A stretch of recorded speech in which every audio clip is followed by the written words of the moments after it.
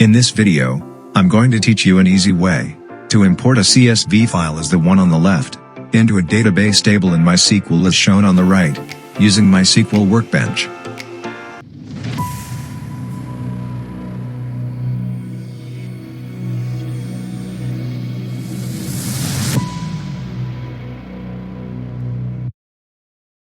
Suppose we have this CSV file, which contained data about football World Cups since 1930 till 2014, and we want to import it into a table inside a database which I created and named it FIFA World Cup. To do that, we go to our database, right-click on it, and choose Table Data Import Wizard.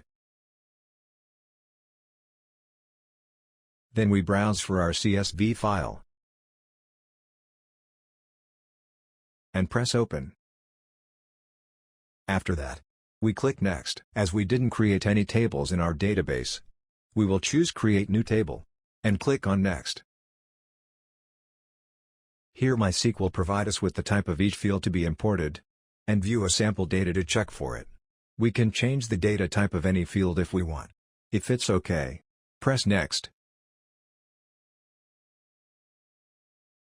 Press Next again. And here our CSV file is imported successfully. Now, we can write a simple query to show all the data import.